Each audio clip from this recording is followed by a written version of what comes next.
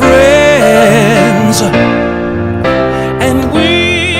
En la pregunta 24 nos dicen, dada la siguiente reacción en medio acuoso, aquí hay una reacción química reversible, señale la alternativa que corresponda a un par conjugado ácido-base de Brose-Lowry. Esa teoría de ácidos y bases es muy frecuente, muchachos. ¿Qué decía la teoría? Ácido, aquel que da hidrógenos; base, aquel que recibe los hidrógenos, los H+1, los protones. Nos damos cuenta que todos los reactantes, para formar lo que está a la derecha, han tenido que hacer esto. Este CN ahora tiene un hidrógeno y el SO4 liberó su hidrógeno. Este hidrógeno pasó para acá. Eso es lo que ha ocurrido, transferencia de hidrógeno. Sustancia que da hidrógeno se denomina ácido de Brose-Lowry. Sustancia que lo acepta, base. Lo mismo voy a hacerlo a la derecha. Como es reversible, esto retorna. Para que esto regrese, en el proceso contrario, el hidrógeno vuelve a su sitio, por lo cual esa es la transferencia del protón. El que está dando el hidrógeno sería ácido y el que recibe sería base. Pero aquí, usted recuerde que se le coloca conjugado y conjugado, ¿no? Se utilizan esos términos. Bien, por lo cual la respuesta, ahora buscamos los pares conjugados y sería este ácido. ¿Quién es su par conjugado? La base del otro lado, ¿verdad? Ahí tenemos un par conjugado. Y el otro par conjugado sería esta base, tiene su ácido conjugado, que es el otro, ¿no? Que está por acá. Ahí tienen los pares conjugados. Viendo la lista de que nos plantea la pregunta, sería la respuesta la D, porque ahí tenemos al HCO4 con el SO4. Ese es el llamado par conjugado que se puede marcar, ¿no? Los demás no son. La clave, muchachos, la D. La pregunta 25, muchachos, nos dice: ¿cuáles de las siguientes moléculas presentan momento dipolar nulo? Momento dipolar nulo. Ya, las moléculas tienen momentos dipolares en función de vectores de los enlaces que presentan. Pero no nos olvidemos que hablar de momento dipolar nulo, momento dipolar igual a 0, es hablar de moléculas ¿de qué tipo? Muy bien, es hablar de moléculas no polares o apolares. Para eso hay una forma práctica de reconocer si la molécula es polar o no, que consiste en hacer la estructura primero de las moléculas, y acá tenemos en este examen moléculas sencillas. El agua, todos sabemos que tiene esta estructura. El H2S es similar porque el azufre y el oxígeno son del grupo 6 de la tabla periódica. Y esta molécula es parecida al metano, CH4, pero en vez de hidrógeno tiene cloro. Carbono al medio, y los hidrógenos se enlazan en su entorno, ¿verdad? Los cloros. Los átomos de cloro se enlazan en sus entornos, ¿no? Ahí está el cloro. Muy bien. Bien, amigos, acá la regla que decía, primero, si tengo una molécula donde el átomo central tiene par libre, como es este caso, esas moléculas de frente van a ser polares. Y en una molécula polar, el momento dipolar resultante es diferente de 0, no es nulo. ¿Bien?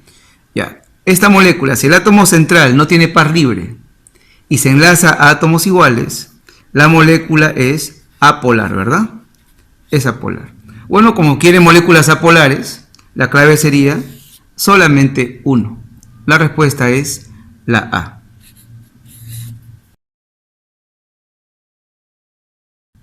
Miren, muchachos, esta pregunta es una pregunta ya recurrente, en la cual es tema de polímeros.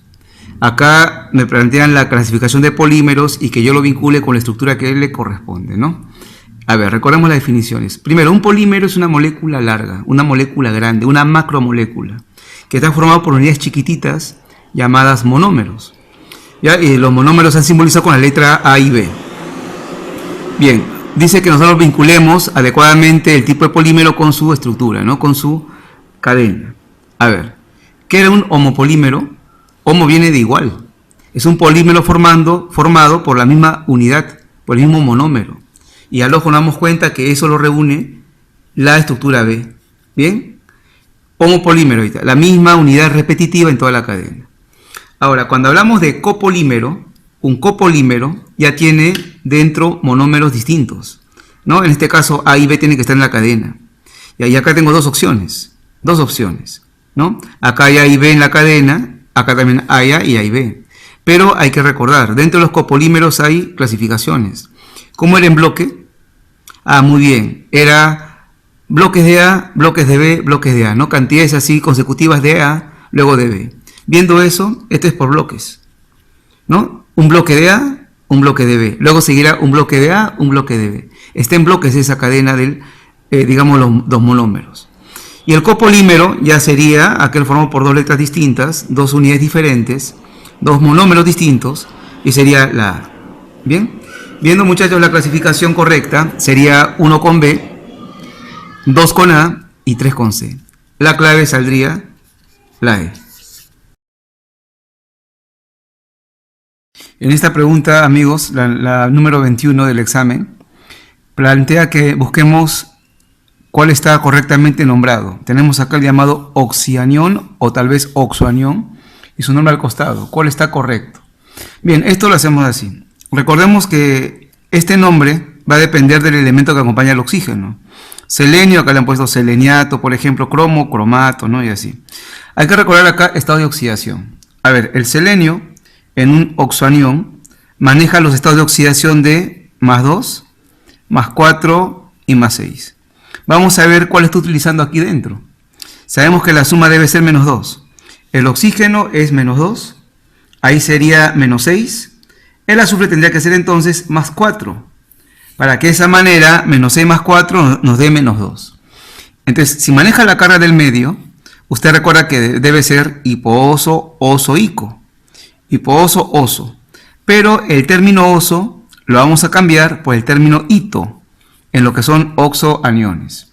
Así que el nombre correcto sería acá el selenito. Selenito, así sería. No sería seleniato. Está incorrecta la primera. A ver, veamos el siguiente caso. Muchachos, al ojo el segundo está mal. Porque acá dice cromato, pero acá hay dos cromos en la estructura de la sustancia. Por lo cual, aquí el nombre correcto debería ser dicromato, no cromato. Bien, también está incorrecta la B. A ver el siguiente caso, el fósforo, elemento no metálico que tiene las cargas +1, +3 y +5. Veamos cuál está actuando aquí dentro. El oxígeno es -2, sería acá -8. El P tendría que ser +5 para que todo nos dé -3, ¿verdad? Está con la carga +5. Sería hipooso, oso, ico. Pero el término ico para un oxoanión se cambia por ato. El nombre debería ser entonces el fosfato. Y acá dice fosfito, está incorrecto. Veamos el otro, bromo. El elemento bromo tiene las cargas para los oxoaniones +1, +3, +5 y +7, como el cloro, como el yodo. Veamos aquí dentro, a ver. El O tiene carga -2. Para que todo dé -1, el bromo debe ser +1. ¿Estamos de acuerdo? El O es -2, -2 más 1, -1. Ah, ya está con el menor. ¿Cuál sería ahí el término a utilizar? Hipo, oso. Pero en vez de oso le ponemos ito. Por lo cual el nombre se debería llamar el hipobromito. Lo cual es correcto, ¿no, amigos? La clave acá, la alternativa D. En esta pregunta, muchachos, nos dan dos reacciones químicas reversibles y su respectiva constante de equilibrio, de la primera y la segunda. No, ahí tiene usted los valores. Nos dice que indiquemos lo correcto a las siguientes proposiciones. Primero, para la reacción 2P más 2Q, obteniéndose 2R, la constante de equilibrio 3 que tiene ahora esta ecuación es la que está aquí. Bueno, nos damos cuenta que para obtener esta ecuación han tenido que a la primera, que es dato, multiplicarla por 2. A esta ecuación que está aquí, le multiplicamos por 2 y obtenemos la ecuación que nos están planteando ahora. ¿Y qué sucede cuando se le multiplica por 2 a toda la ecuación, a una ecuación? Muy bien, simplemente la constante sería elevado al cuadrado. Si esta ecuación tiene una constante tal de equilibrio, la nueva constante sería entonces la constante que tenía, 1,9 por 10 elevado a la -4, y eso lo elevamos al número que multiplicamos, al cuadrado. Bien, verificamos a ver si sale lo mismo. Y verificando, muchachos, sale igualito. Sería verdadera la primera afirmación. Nos dice la siguiente alternativa. La reacción P más M, formando N. Su constante de equilibrio es la constante de equilibrio 1 por la constante 2. Si usted se da cuenta, esta ecuación que está aquí es el resultado de sumar las ecuaciones que tiene de dato. Sume miembro a miembro. Ahí está P. El Q que está acá a la izquierda con el Q que está a la derecha se van. se van las Q, por eso no aparece. Luego acá viene el R también se va con el de acá, no aparece. P más M, aquí está, obtiene N. Cuando usted suma dos ecuaciones para sacar una ecuación tercera, la constante es el producto de las anteriores, esa es propiedad. Y vemos que es correcto, ¿no? Multiplicar las dos constantes es igual a la constante obtenida al sumar las ecuaciones. Y por último, muchachos, dice la alternativa. El valor de la constante de equilibrio, 3, esta de aquí, de la alternativa 1, varía si cambia la temperatura. Toda constante de equilibrio, por teoría que hemos estudiado, se modifica si cambia la temperatura. Entonces, por tal razón sería verdadera. La constante 1, 2, la constante 3, esta constante obtenida, se modifica si cambia la temperatura. Sería verdadero. Nos pide que marquemos lo correcto, sería la alternativa E. 1, 2 y 3. Tenemos el ácido sulfídrico H2S, cuya concentración va a ser 0,1 molar. Nos plantea eso el problema. Y nos dice que se va a ionizar en dos etapas. Miren, primero el ácido libera uno de los protones y nos quedaría el anión bisulfuro. Este anión bisulfuro, que tiene un hidrógeno todavía para botar, en una segunda etapa lo libera y ya bota el H+1 y deja el anión sulfuro. Cada proceso de equilibrio iónico tiene su constante de acidez. Y nos dice que hallemos al final la concentración molar de los iones hidrógeno. Entonces uno ahí analiza y dice, a ver, los hidrógenos se están liberando en ambas etapas. La primera me da protones, hidrógenos, la segunda también. Pero ¿sabe qué vamos a tomar en cuenta aquí? Miren las constantes. Aquí la constante es 10 a la menos 15 y acá es 10 a la menos 7. Esta constante es muy pequeña. ¿Qué significa? Que la parte ionizada o los iones formados acá son muy pocos. Son muy poquitos, ¿no? Entonces, y acá sí, ¿no? 10 también es poco, pero es mucho más que lo anterior. Entonces, cada etapa me bota iones, dentro de ellos hidrógenos. Viendo las constantes, acá hay una cantidad mínima, que no alteraría en nada prácticamente la cantidad que liberó al inicio, por la constante que ahí es mayor. Si me piden la concentración de hidrógenos, amigos, solamente voy a tomar en cuenta la primera etapa.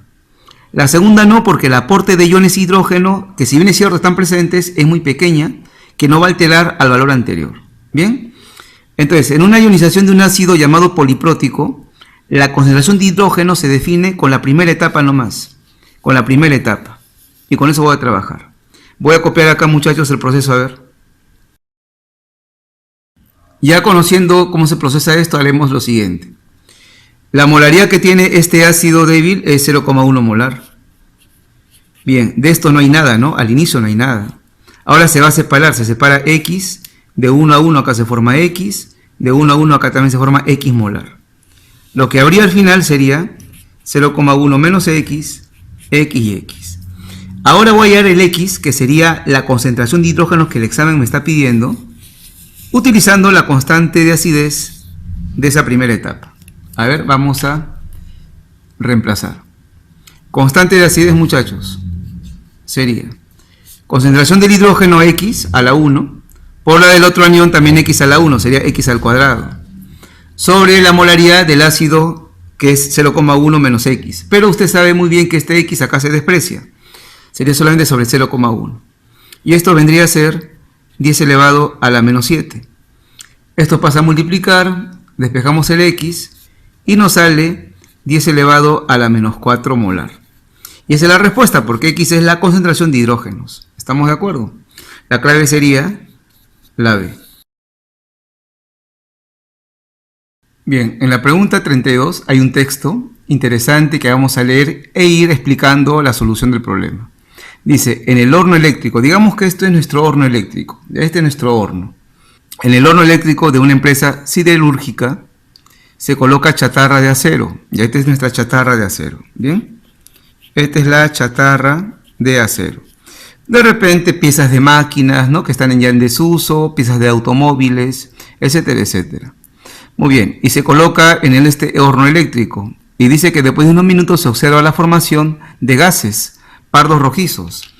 Muy bien, entonces el calor del horno lo que está haciendo es que parte de la chatarra se transforme.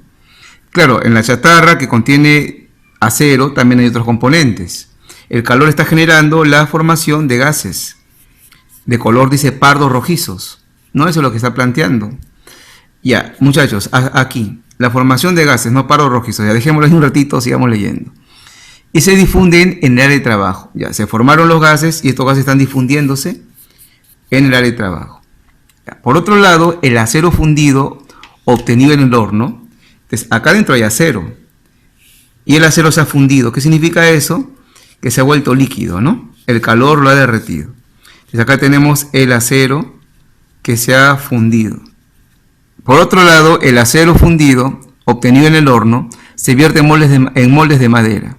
Pasado un tiempo, a partir del acero fundido, que ya tenemos acá el acero líquido, se obtiene bolas de acero. Entonces, esto ha sido llevado a moldes, se ha añadido a moldes, ¿no? Y se ha obtenido, dice el problema, bolas de acero. Claro, se ha agregado en moldes y han salido aquí bolas de acero ya sólidas, ¿no? Ya está. Dice la pregunta, ¿cuántas de las observaciones subrayadas involucran cambios físicos y químicos? Bueno, según el texto lo que está subrayado es esto, que se forman gases. No había gases al inicio. Producto del calor, algunas sustancias acá dentro se han descompuesto y siempre, amigos, entendámoslo en un problema de examen, la formación de gases involucra un cambio químico. Entenderlo así. Usted de repente deja, no sé, la carne fuera del refrigerador, se comienza a descomponer, libera gases pestilentes y hay un cambio químico. El sal de Andrus lo echa al agua, se forman burbujitas, ¿verdad? Se desprende un gas, es un cambio químico. Ya, por ahí vamos con un cambio químico. Otra parte que subraya dice que estos gases se difunden dentro del lugar, ¿no? Se difunden en la zona aledaña. Difundir, muchachos, es que el gas avance. Sigue siendo el mismo gas, pero el gas se está desplazando. Eso solamente sería físico, la difusión del gas. Otra parte subrayada es que el acero se ha fundido en el horno. Esa es una parte subrayada. Fundir, de sólido pasa a líquido. Ese es un cambio físico también. Y por último, esto se ha echado en moldes y obteniéndose bolas de acero. Sigue siendo el mismo, solamente que ha experimentado un cambio de estado. De líquido ha pasado a sólido. También sería físico. En conclusión, acá tenemos 3 cambios físicos y un cambio químico. La clave, la D. En esta pregunta 31 nos plantean 3 alternativas y nos piden que veamos que si son verdaderas o falsas. La primera nos dice, el número máximo de orbitales atómicos correspondiente al tercer nivel de energía es 9. Bueno, un esquema que nos ayuda a entender esto es el siguiente, ¿no? Tenemos aquí el núcleo atómico y cada franja que estamos colocando son los niveles o capas. Acá tenemos el nivel 1, el nivel 2 y el nivel 3. Sabemos también que en cada nivel hay subniveles y son los siguientes, ¿no? En el 1 se encuentra el Sharp, en 2 SIP nada más, el principal, y en el nivel 3 está el subnivel Sharp, principal y difuso.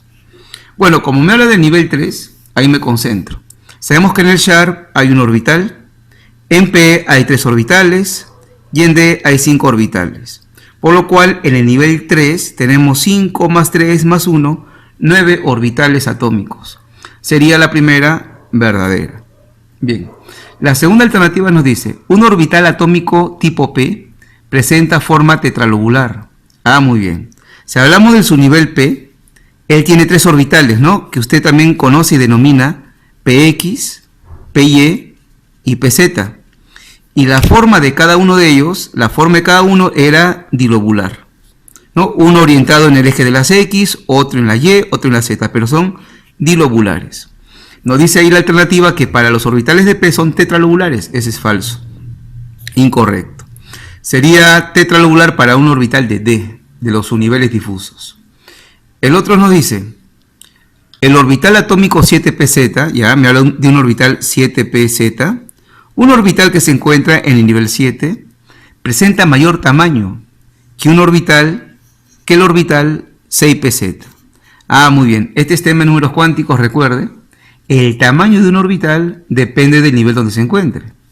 Si vemos aquí, los dos son los orbitales P, ¿no? Dilobulares. Pero él, al tener mayor nivel de energía, va a ser más grande que él. Entonces, la forma va a ser la misma, dilobular. Pero aquí, al tener mayor nivel, va a generar un orbital más grande. La clave sería ahí verdadera, ¿no? Presenta mayor tamaño que la anterior. Bien, este es correcto. La clave sería, muchachos, verdadero, falso, verdadero. Y marcamos la clave A.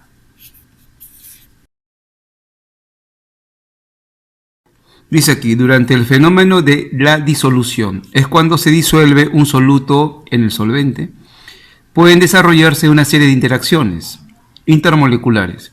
¿Cuáles de las siguientes son posibles? A ver, tenemos acá nosotros una sustancia, por lo general en mayor cantidad que es el solvente, que tiene sus partículas, ¿no? Tiene sus partículas, pueden ser moléculas de agua, puede ser benceno también como solvente. Ahí están las partículas del solvente. Y ahora en la disolución va a disolverse un soluto en el interior del solvente. Un soluto, pongamos de color verde. Un soluto, ¿no? Y las moléculas del soluto van a ingresar al agua a disolverse. Y las partículas de acá se dispersan. Se van a dispersar dentro del agua, ¿no? O del solvente, el que sea. Y ahí entendemos que entre el soluto y solvente debe haber interacciones. La forma que ellos se mantengan juntos en la mezcla, formando esa solución, es que aparezcan fuerzas que las mantengan atraídas.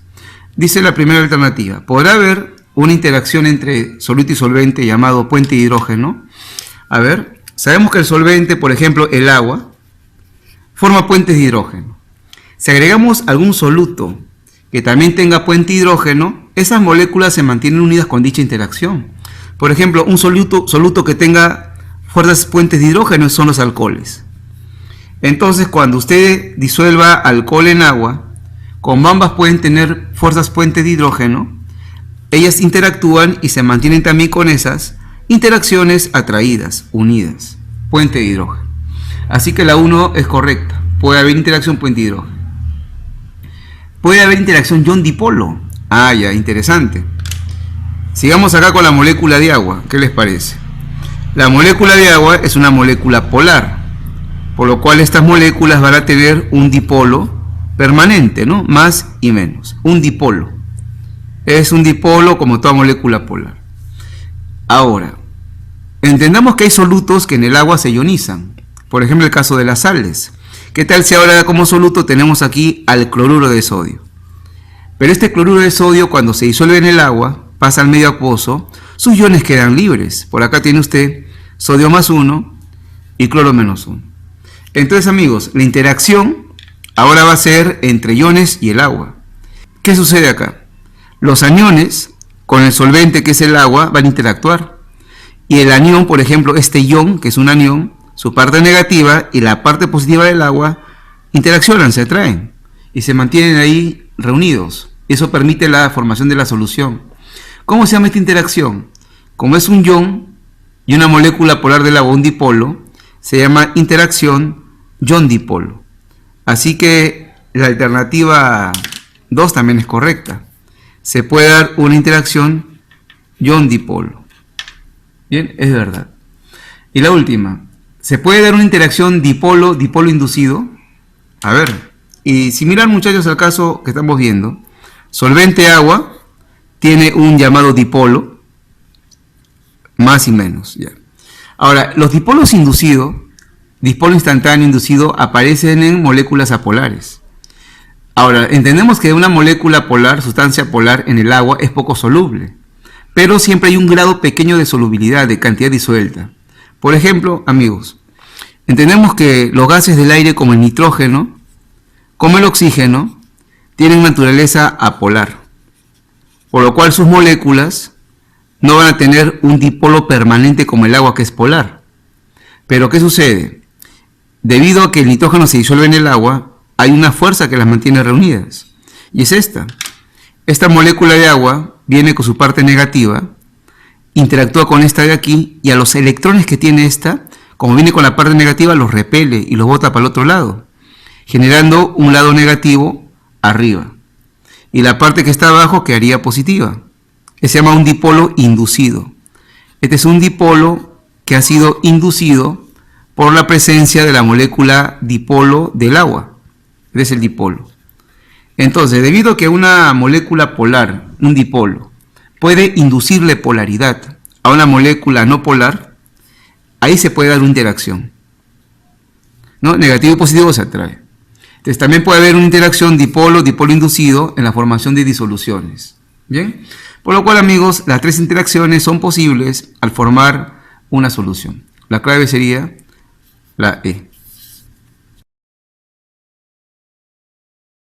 Bien, dice la pregunta así. La lejía es una solución empleada en la desinfección y como sacamanchas. Una lejía tiene, y acá viene lo bueno, los datos, una concentración al 5% en masa de hipoclorito de sodio. Al decirme que es una solución, mi solvente es el agua. El hipoclorito que menciona va a ser el soluto, ¿no? Soluto y solvente. Nos dice que se encuentra al 5% en masa de hipoclorito de sodio. Me estaban proporcionando como dato el porcentaje en masa del hipoclorito, 5% plantea. Determine la concentración molar de la solución, me dice la molaridad, sabiendo que la densidad de toda la solución es 1,11 gramos por mililitro. Muchachos, la pregunta es muy sencilla, es muy directa, de verdad, no exige mucho. Y recordemos, ¿cómo era la fórmula para hallar la molaridad conociendo porcentaje en masa de soluto y la densidad? Muy bien, era así, ¿no? Molaridad es igual.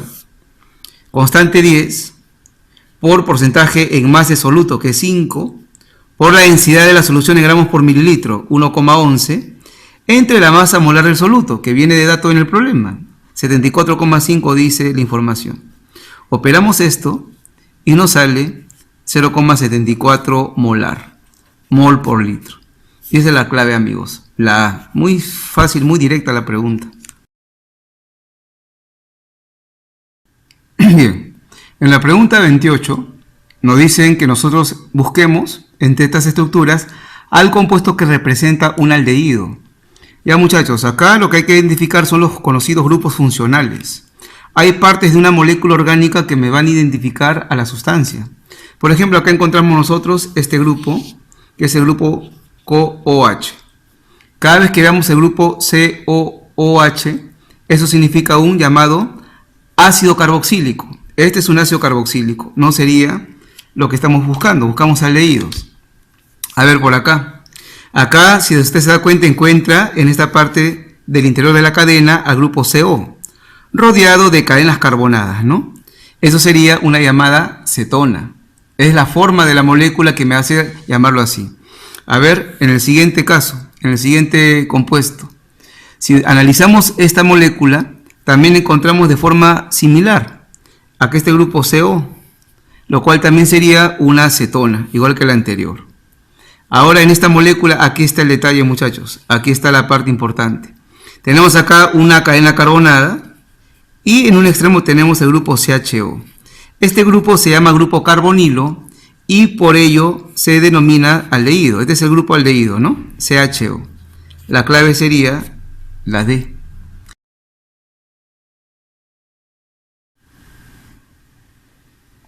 Bien, en esta pregunta nos están proponiendo dos elementos metálicos, aluminio y hierro. Nos dan sus procesos de reducción y tenemos potenciales estándar de reducción. El texto dice así: del análisis de estos datos se deduce que el aluminio debería corroerse, oxidarse, más fácilmente que el hierro. Y siendo así, una lata hecha de aluminio con gaseosa debería corroerse más rápidamente. Por lo tanto, las latas de gaseosa deberían hacerse de hierro. Sin embargo, esto no ocurre así. ¿Cuál es la razón por la cual ese proceso de corrosión no se observa en las latas de aluminio? Y esta es una pregunta muy interesante, muchachos, ¿ya? Y vamos a analizarlo así. Aquí me dan al aluminio y hierro como reducción. Mejor voy a pasarlo a oxidación porque está hablando de eso, ¿no? De su corrosión. Voy a invertir las ecuaciones, a ver, rápidamente. Al haber invertido las ecuaciones para analizar mejor lo que es la corrosión, el potencial estándar ahora es de oxidación.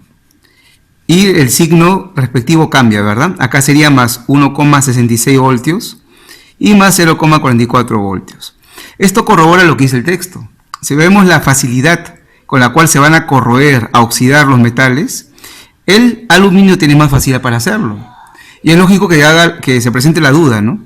Si el aluminio se oxida más rápido y el hierro menos rápido, mejor hagamos latas de hierro, ¿no? Porque se oxidan más lentamente. En cambio, el aluminio se oxida más rápido, tiene más facilidad para perder electrones. Y acá pasa algo interesante. Imaginemos que esto sea la superficie de la lata, ¿no? A ver, de la lata de la gaseosa. Esta parte digamos que es el hierro y esta otra parte que sea aluminio. Nadie niega que el aluminio forma un óxido más rápido, se corroe, se oxida más rápido. Pero ¿qué sucede? Producto de esa corrosión, el óxido que aparece en su superficie, el óxido de aluminio formado en la superficie, es un óxido que se compacta mucho, se compacta bastante. ¿Y eso qué va a hacer? Va a impedir que el metal que está en el interior siga corroyéndose. Es decir, actúa como un escudo. El óxido de aluminio actúa como una capa protectora, lo cual hace que ya no se vaya a corroer el interior del metal, lo protege. Por esa razón, amigos, se hacen ollas de aluminio, se hacen los marcos de ventana de aluminio, porque el óxido formado, este es el óxido que se forma, es un escudo y evita que pase el oxígeno y se dé la corrosión. El óxido de hierro se oxida más lentamente que el aluminio, pero su óxido formado es un óxido que deja muchos poros entre sí, es muy poroso. Y por esos espacios se sigue dando la corrosión hasta el interior del metal y todo se va a corroer. Eso es lo que ocurre. Entonces aquí, muchachos, el análisis va por conocer un poco cómo se comportan los óxidos de los metales producto de la corrosión. Bien, entonces aquí viendo las alternativas sería la clave A, que dice: debido a la capa de óxido de aluminio que se forma en la superficie del metal y lo protege. Esa es la clave. La respuesta es la A. En la pregunta 35 nos propone lo siguiente, dice: da las siguientes proposiciones con respecto a la electrólisis de una solución de yoduro de potasio. Tenemos el yoduro de potasio en solución acuosa, por lo cual dentro de nuestra celda electrolítica tenemos al agua y también tenemos, amigos, al yoduro de potasio, al soluto. Viendo acá la sal, está contenido cationes potasio más 1 y aniones yoduro, ¿no?, dentro del sistema. Ya, muchachos, ahora recordemos lo que ya hemos estudiado en electrólisis. Planteemos aquí, ¿no? Hay dos electrodos, los cuales van a encargarse de los procesos redox, ¿no? Este electrodo, conectado al polo positivo de la fuente externa, sería el llamado ánodo, ¿verdad? Es el ánodo. Y este de aquí, conectado al polo negativo, es el llamado cátodo. Bien, vamos a ver lo que se obtiene. Había reglas para eso.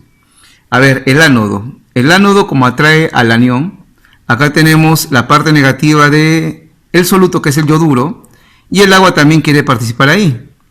Siempre el agua va a buscar participar en uno de los electrodos. ¿Qué decía la regla que hemos estudiado, jóvenes? Que cuando hay aniones de grupo 7, ellos van a participar. Yodo menos 1, cloro menos 1, plomo menos 1. El agua ahí no participa. Así que el yodo se dirige a ese lugar y se convierte a yodo 2, ¿verdad? El yodo menos 1 se vuelve yodo 2. En ese proceso de menos 1 a 0 se ha oxidado y balanceamos esto y está perdiendo 2 electrones, ¿no? Eso es lo que ha ocurrido. Bien. Los electrones perdidos, el yodo ahí participa. Los electrones perdidos salen por este alambre, la pila los impulsa al otro lado y acá llega para que alguien los gane, la reducción. Tenemos al K más 1 y al agua, ¿no?, que también quiere participar en ese lugar. Por lo que hemos visto en la teoría, muchachos, los cationes del grupo 1A, como el potasio, sodio, ellos no reaccionan, no participan cuando hay agua. El agua ahí se va a realizar la reducción. ¿Qué hace el agua cuando se reduce? Recuerde, el agua cuando se reduce libera gas hidrógeno. Acá esto está desprendiendo gas hidrógeno. Y además deja un medio básico. Este lugar del ánodo se va llenando de iones OH. Eso es lo que va a ocurrir. Bien, acá podemos balancearlo. Y este está ganando 2 electrones. Ahí está la reacción del cátodo. Con eso podemos responder rápidamente las preguntas. Nos dice: se produce yodo 2 en el cátodo. Imposible. El yodo está participando en el ánodo.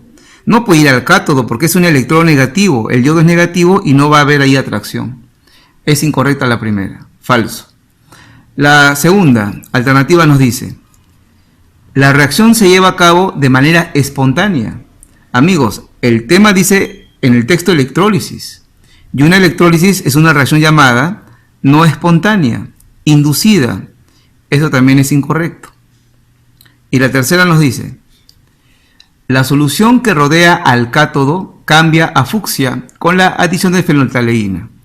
Acá hay que recordar que hay indicadores, ¿no? Ácido-base. Por ejemplo, un indicador es el papel de tornasol.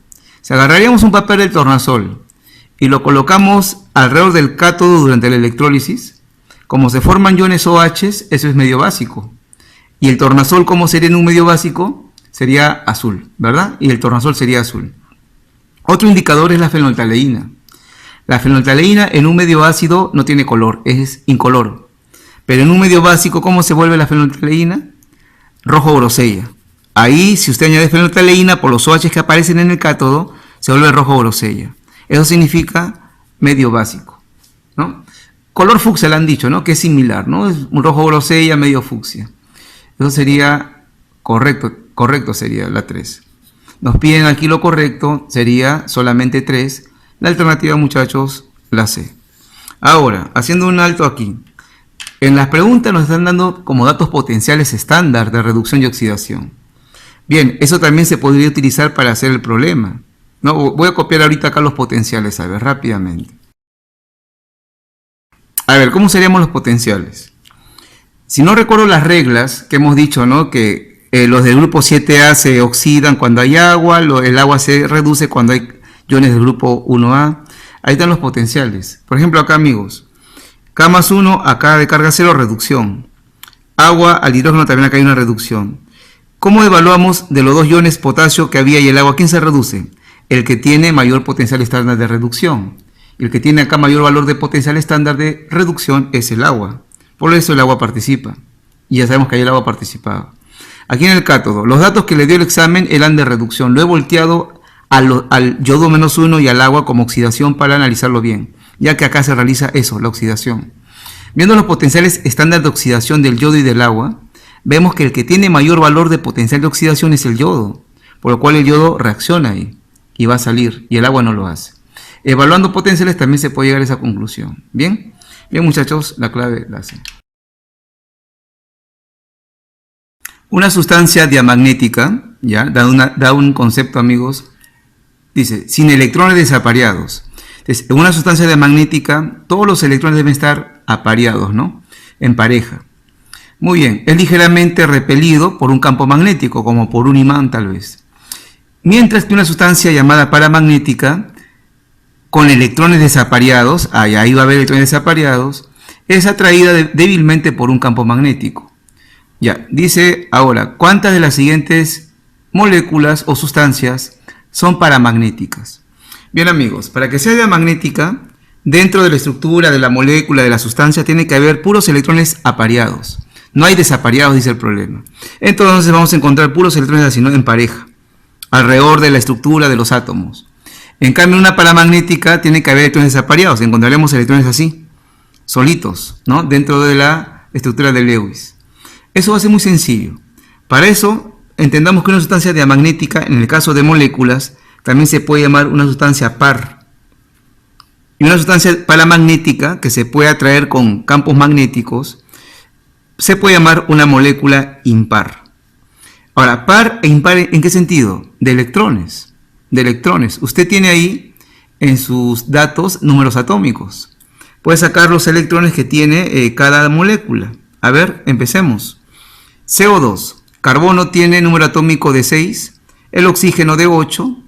8 por 2, 16. Más 6. Acá habría 22 electrones en total. Molécula par. El CO. Carbono 6. Oxígeno tiene 8. 8 más 6. Acá hay 14 electrones en total. El cloro es 17. Por 2 sería 34 electrones. Otra molécula par. Y acá mire el detalle. N es 7.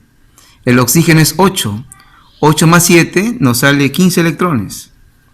Y el nitrógeno, que es 7 por 2, 14 electrones. Entonces, vean, muchachos, en estas moléculas cuya cantidad de electrones es par, voy a encontrar que en su estructura todo va a estar apareado. Van a haber electrones solamente apareados, por lo cual estos de aquí serían diamagnéticos. Y cuando una molécula tiene una cantidad de electrones impar, en su estructura usted va a encontrar electrones así desapareados. Estas se llaman moléculas impares o también llamadas paramagnéticas. La clave sería solamente una. Solamente una es paramagnética. Clave solamente uno, la A.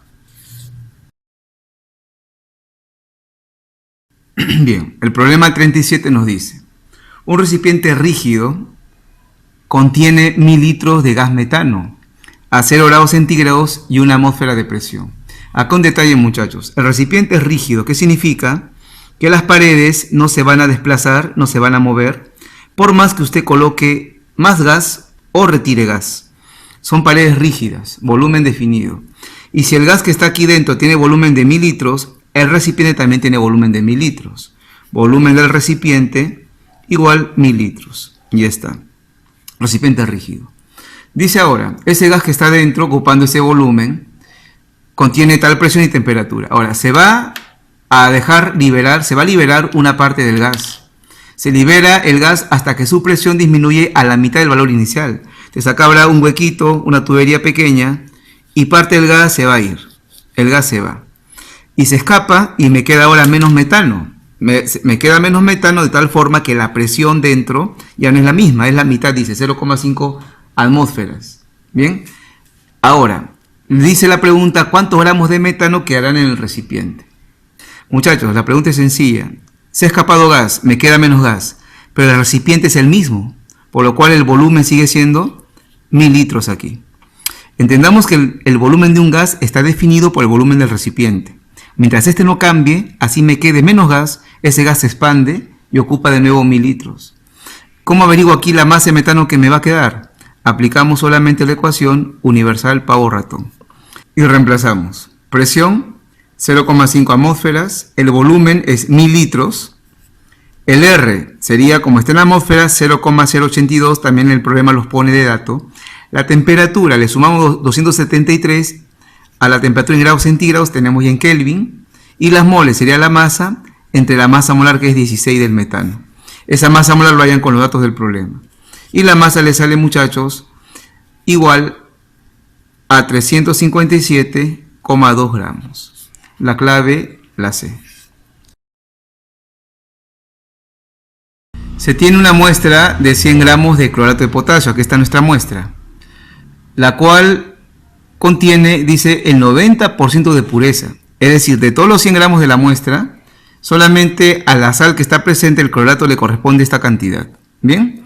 Ahora, la cual se somete a un calentamiento, obteniéndose oxígeno molecular y cloruro de potasio. Ya me está diciendo el problema, esta sal en que se va a convertir producto del calor, en tal y tal sustancia. Si la reacción tiene una eficiencia o rendimiento, que es lo mismo, de un 70%, determine cuál es el volumen del gas oxígeno obtenido en condiciones normales. Ya, a ver, muchachos, la pregunta no es difícil. Sería más o menos así la idea. Primero, esta ecuación la balanceo. Es un problema de estequiometría. Un balance sería por tanteo, así, ¿verdad? 2, 2 y 3. Yo tengo la masa del que va a reaccionar. De los 100 gramos, lo que le corresponde solo es 90%, 90 gramos. Y lo que estoy buscando es, con esos 90 gramos, averiguar qué volumen de oxígeno se obtiene en condiciones normales. Bien, para esto tenemos que hacer lo siguiente. Como tengo la masa de esta sustancia y quiero el volumen de la otra, relaciono masa con volumen. Y sería así. Masa molar de esta sal es 122,5. Y diremos, ¿no? 245 gramos de esta sal formará 3 moles de oxígeno, que sería 3 veces 22,4 litros.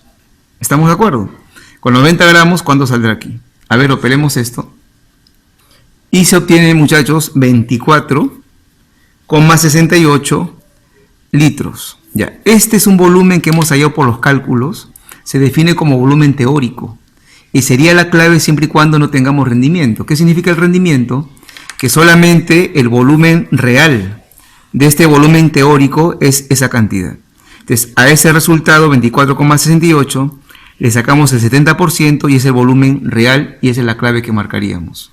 Operando esto, nos sale 17,28 litros. Esa es la clave. La pregunta 39 nos dice: indique el grupo y periodo de la tabla periódica respectivamente correspondiente a un elemento químico cuya configuración electrónica termina en 4s1, 3 de 10. Me están dando la parte final de la distribución. Si queremos hacer un mayor análisis, entenderemos que aquí ha habido un salto electrónico, ¿verdad? para poder estabilizar esto, porque es una anomalía. Esto debió acabar en D9, saltó 1 para ser D10. Pero con eso trabajemos, ¿no? No hay que hacer tanta profundidad. El periodo, ¿quién lo indica? El mayor nivel de la distribución. Y el mayor nivel, acá lo vemos, es el nivel 4. Está en la cuarta fila horizontal de la tabla periódica, periodo 4. Ahora, el grupo, como termina en D la distribución, todo lo que termina en D es grupo B. Y como sabemos, el número romano que acompaña a esa letra B, sumando los electrones de la parte final de S y de D. Como sale 11 electrones, ¿eso a qué grupo pertenecía? Al grupo 1B, ¿no? Esa era la forma. La respuesta sería, muchachos, la E, ¿no? La E. El fósforo blanco, P4, es obtenido de acuerdo a las siguientes reacciones. El P4 está acá. Esto es lo que vamos a fabricar. ¿Cómo se obtiene? Agarramos este fosfato de calcio más este óxido de silicio y se obtiene estos productos. Ahora observen, este producto P4O10, este óxido de fósforo, va a ser empleado para la siguiente etapa. Como se dice, ¿no? Acá sacamos un insumo para usarlo en la siguiente reacción. Este óxido de fósforo reacciona con 10 mol de carbono para formar el producto que queremos y 10 mol de CO. Dice, ¿cuántos kilogramos de un mineral que contiene fosfato de calcio al 70% en masa? A ver, aquí está el mineral. Y me preguntan por la masa de ese mineral. ¿Cuánta masa en kilogramos de ese mineral tendremos que utilizar? ¿Qué contiene el 70% en masa de este ingrediente, de este reactante? Bien, para poder obtener 2,5 moles de P4. Ya, muchachos, la pregunta no está complicada. Hay que hacer acá un retroceso para llegar al producto que tenemos. Yo sé que de todo el mineral que me piden su masa, solo este componente es el que está reaccionando. El 70% nada más. Vamos a hacer esto. Entre el P4 y el óxido de fósforo está de 1 a 1 la relación de moles. Por lo cual, si está de 1 a 1 y acá hay 2,5 moles, acá también habría 2,5 mol. Muy bien. Ya tenemos las moles de este óxido de fósforo, que ha venido de acá arriba. Acá también las moles sería 2,5. Ahora, de 1 a 2, con lo que me están pidiendo. Y tengo las moles de esa sal, de 1 a 2. Si acá tengo 2,5, pues acá tenemos 5 moles de esa sal. 5 moles. Como la masa molar de esa sal está de dato, amigos, es 310, podemos operar esto y sacar la masa de la sal que ha reaccionado. Masa es moles por masa molar. Operando esto, ¿cuánto nos sale? Y obtenemos 1550 gramos. Ya tenemos entonces, amigos, la masa del fosfato de calcio que ha reaccionado. Esa masa estaba acá. Pero esa masa del fosfato de calcio acá representa 70% en el mineral. Yo quiero la masa de todo el mineral. Lo llevamos al 100%. Y decimos, ¿no? Este 1550 gramos está representando solo el 70% del mineral.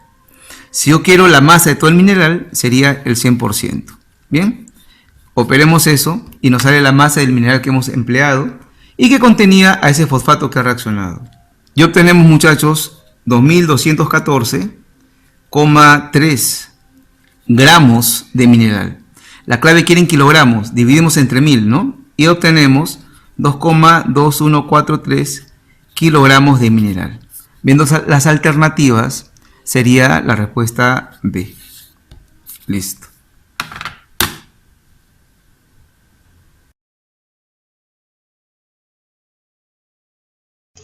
En esta pregunta nos plantean, muchachos, si la fuerza electromotriz de una celda galvánica, o sea, su potencial, el voltaje que ésta genera, ¿de qué no depende, no? ¿De qué es independiente? A ver, acá tenemos una celda galvánica que está observando y los potenciales o voltajes van a depender de algunos factores como son, primero, la temperatura. Por eso en los exámenes de admisión se fija 25 grados centígrados para las mediciones. Primer factor, la temperatura. Otro, también depende del tipo de electrodo. No es igual un voltaje generado por una pila que contenga zinc y cobre, como ven en la gráfica, a otra celda que tenga, por ejemplo, plata y oro, magnesio y níquel. Va a depender de la naturaleza de los electrodos, qué tipo de electrodos utilizo. Otros van a dar más voltaje, otros menos. Otro factor es la concentración de los iones que están en la solución. Depende de eso mucho. Si va a ser 1 molar, 5 molar, Eso también afecta al potencial, a la fuerza electromotriz.